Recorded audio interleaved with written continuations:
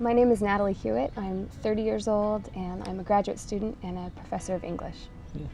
I'm Jay Hewitt, just turned 29, and I'm a high school youth pastor, and we've been married for 7 years now. We both went to the same school, and I met her when I was a freshman, and you were a, what, junior? So the older woman. Yeah. And we were both dating other people at the time, and I remember after talking to him for about an hour at the event that we were at, I went home and I told my roommate, what am I doing dating this other guy when I should be dating someone like Jay? the cementing moments for us is when we got a chance to write a song together. And I don't know, it just kind of spreads out into a whole metaphor for marriage and relationships.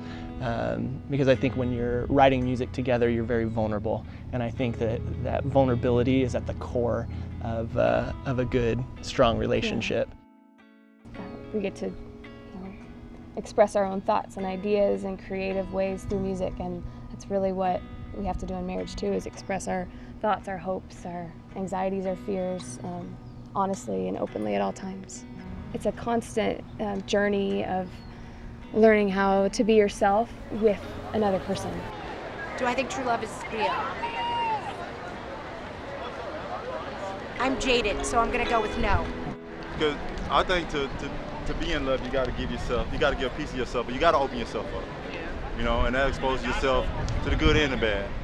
A little over a year ago, my dad suddenly passed away, and so that brought up pain and grief that I never knew before, and it was so crazy because I trust Natalie with everything, and so it seems like she would be the first person that I would turn to, but I found that it was tough to turn to her because she knew me so well that I couldn't hide any of the pain, and I felt myself pulling away from her. But in learning to turn to her in my pain and go through the grieving process with her, I think that's a whole new level of vulnerability that we just couldn't experience until we had, pain enter into our life.